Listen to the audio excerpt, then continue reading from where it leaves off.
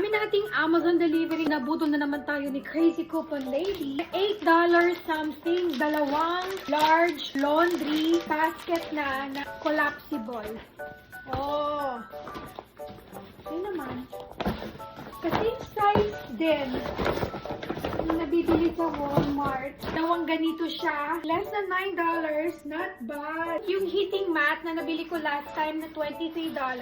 Meron ulit. This time, it's $19. Bumili na naman ako. Dalawa na yung ganito natin. Baka gamitin ni Daddy yung isa dun sa work para yung baon niya mainit. Hindi ito pinaalam ni Daddy sa akin. Nakita ko na lang dumating, oh.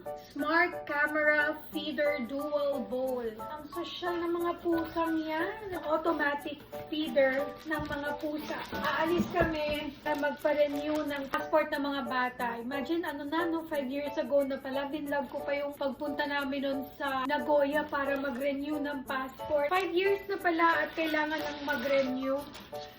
Hindi pwedeng iwan ng mga pusa, kaya kailangan ng automatic feeder.